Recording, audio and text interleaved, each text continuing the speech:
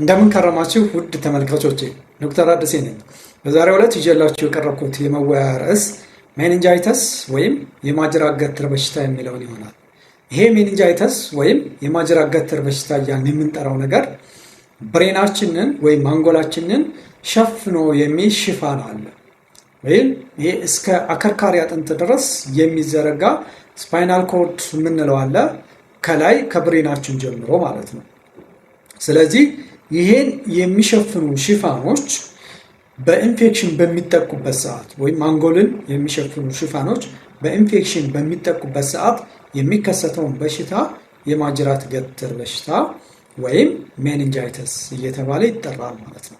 ስለዚህ ይሄ በኢንፌክሽን የሚመጣ በሽታ ነው ማለት ነው እና ዋና ዋና ኢቲዮሎጂዎችን ወይም ኢንፌክሽኑን የሚያስከትሉት ምንድን ናቸው የሚለውን ስናይ የመጀመሪያውና በጣም የተለመደው እንግዲህ ባክቴሪያ ነው። ከዛ በተጨማሪ ቫይረስ አለ፣ ፈንገስ አለ፣ ፓራሳይት አለ። ስለዚህ በእነዚህ አማካኝነት ያ ሜኒንጅስ የምንለው የአንጎል ሽፋን በሚጠቃበት ሰዓት ወይም ኢንፌክሽን በሚፈጥርበት ሰዓት ሜኒንጃይተስ ወይም የማጅራት ገትር በሽታ እየተባለ ይጠራል ማለት ነው። ይሄ ከሆነ እንግዲህ ለማጅራት ገትር በሽታ የሚያጋልጡ ዋና ዋና አጋላጭ ምክንያቶች ወይም ሪስክ ፋክተር ምንድን ናቸው? የመጀመሪያው እድሜ ነው። እድሜ ህፃናት በተለይ ከአንድ ዓመት በታች ያሉ ህፃናት ላይ በጣም የተለመደ ነው። ወጣቶችም ላይ እንደዚሁ ከ16 እስከ 23 ዓመት ባሉት በእነዚህም የተለመደ ነው። እድሜ ራሱ እንዳንድ ተጋላጭነት ምክንያት ነው ማለት ነው። አረጋውያን ላይ በተለይ ከ65 ዓመት በላይ ላሉትም እንደዚሁ እድሜያቸው በጣም ያጋልጣቸዋል ለዚህ በሽታ ማለት ነው። ከዛ በተጨማሪ የኢሚዩን ስርዓት መዛባት በተለይ የኤችአይቪ በሽታ በሚኖርበት ሰዓት፣ ሰዎች ደግሞ በካንሰር ታመው ኬሞቴራፒ ላይ በሚሆኑበት ሰዓት በሽታን የመከላከል አቅማቸው በጣም ዝቅ ያለ ነው። እነዚህ ሰዎች ላይ ሜኒንጃይተስ ወይም የማጅራት ገትር ብለን የምንጠራው በሽታ በጣም የተለመደ ነው ማለት ነው። ከዛ በተጨማሪ እንግዲህ የቅንጭላት አደጋ በሚደርስበት ሰዓት በተለይ የአንጎል ወይም የአንጎል ጭንቅላት ጉዳት በሚደርስበት ሰዓት ሲኤስኤፍ የምንለው ፍሉድ አለ። ይህ ፍሉድ በጆሮ ኢቨን ሊፈስ ይችላል። እንደዛ አይነት አጋጣሚዎች በሚሆኑበት ሰዓት በቀላሉ ኢንፌክሽን ይፈጥርና ሜኒንጃይተስ የሚባለው ነገር ሊከሰት ይችላል ማለት ነው። የጆሮ በሽታዎች በተደጋጋሚ የሚከሰቱ የጆሮ በሽታዎች በሚኖሩበት ሰዓት ይሄም ኢንፌክሽን ይፈጠርና ለዚህ በሽታ እንደ ሪስክ ፋክተር ይሆናሉ ማለት ነው። ሌላኛው እንግዲህ አኗኗርን በተመለከተ በጣም በአንድ አካባቢ ውስጥ ወይም በአንድ ቤት ውስጥ ብዙ ሰው መኖር ማለት ነው። ለምሳሌ የኮሌጅ ዶርሚተሪ፣ ዩኒቨርሲቲ ሊሆን ይችላል፣ የወታደር ካምፕ ሊሆን ይችላል። በሽታው ከተከሰተ ወደ ሌሎች የመዛመት አቅሙ ከፍተኛ ስለሚሆን እንደ ሪስክ ፋክተር ነው። እንደዚህ በጣም ተጠጋግቶ የሚኖርባቸው አካባቢዎች ላይ መኖር አንድ የሜኒንጃይተስ ሪስክ ፋክተር ነው ማለት ነው። እነዚህ እንግዲህ ዋና ዋናዎቹ ናቸው። ከዚህ በተጨማሪ በጣም ብዙ ሪስክ ፋክተሮች አሉት። ሌላኛው እንግዲህ ይሄ በሽታ ሲከሰት ዋና ዋና ምልክቶቹ ምንድን ናቸው? በአዋቂዎች ላይ በምናይበት ሰዓት ወይም እድሜያቸው ከ2 ዓመት በላይ ባሉ ሰዎች ላይ ብዙ ጊዜ ከፍተኛ የሆነ ትኩሳት ይኖራል። የአንገት መደንዘዝና መግረር ይኖራል። ለዛም ነው ይሄ ማጅራት ገትር የተባለው። ስለዚህ አንድ ሰው አንገቱን ወደ ተለያየ አቅጣጫ ለመዟዟር ይቸገራል ማለት ነው። ማጠፍና መዘርጋት አንገቱን ያቅተዋል። ያ ስቲፍኔክ እያልን የምንጠራው አንደኛው ዋና ምልክት ነው ማለት ነው። ከዛ በተጨማሪ ከፍተኛ የሆነ የራስ ህመም ይኖራቸዋል። ማቅለሽለሽ፣ ማስታወክ ሊኖሩ ይችላል።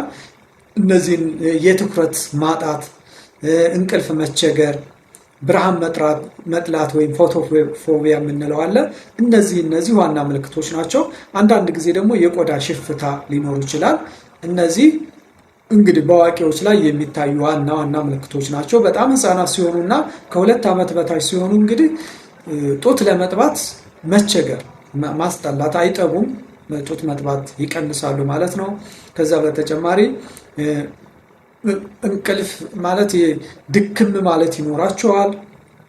ቼንጅ ሜንቴሽን የምንለው ነገር ይኖራል።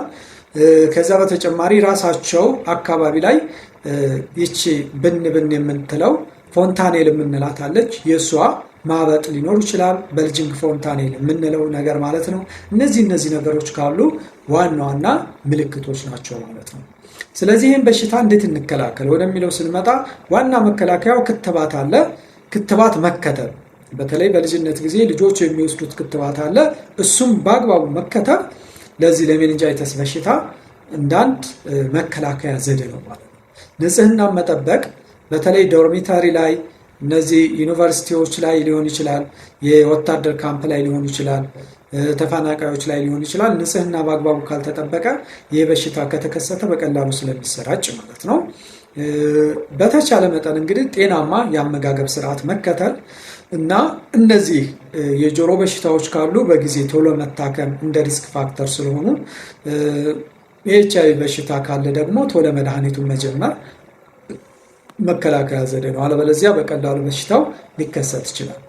ሕክምናው ምን ይመስላል ወደሚለው ስንመጣ እንግዲህ ሕክምናው እንደ ኢቲዮሎጂክ ኤጀንቱ ይለያያል ማለት ነው። ስለዚህ በባክቴሪያ የመጣ ከሆነ አንቲባዮቲክስ ለባክቴሪያ የሚሆን አለ። እሱን በመታከም እንዲድን ይደረጋል ማለት ነው። በቫይረስ የመጣም ከሆነ እንደዚሁ የሚሰጡ መድኃኒቶች አሉ። በፈንገስም የመጣ ከሆነ አንቲፈንጋል ሜዲኬሽኖች አሉ። በዚህ ሕክምናው ይሰጣል ማለት ነው። ነገር ግን አንዳንድ ጊዜ ሕክምናው በጊዜ ካልተሰጠ በጣም ከፍተኛ የሆነ ኮምፕሊኬሽን ወይም ውስብስብ ችግሮች ይከሰታሉ። የመጀመሪያው የመስማት ጉዳት ሊመጣ ይችላል። ስለዚህ አንድ ሰው ልጅ በአግባቡ ሜኒንጃይተስ ይዞት ካልታከመ ምን ሊሆን ይችላል? እንግዲህ እስከ መስማት ድረስ መቸገር ሊኖር ይችላል። ከዛ በተጨማሪ ብዙ ጊዜ እንግዲህ የማይከሰተው አልፎ የሚከሰተው ይሄ ማንቀጥቀጥ የምንለው አለ። የሰውነት ልክ እንደሚጥል አይነት በሽታ ማለት ነው። ሲዥር አንደኛው ምልክት ነው። ይሄ በጊዜው ካልታከመ ይባባስና ወደ ቋሚ ወደሆነ የማንቀጥቀጥ ችግር ወይም ሲዥር ዲስኦርደር ወደ እሱ ሊቀየር ይችላል እና እሱም በጊዜ መታከም ያስፈልጋል። ስለዚህ የነርቭ ስርዓት ችግር ይኖራል ማለት ነው። የማየት ጉዳት ኢቭን ከመስማት በተጨማሪ የማየትም ችግር ሊከሰት ይችላል። የኩላሊት ችግር ሊከሰት ይችላል።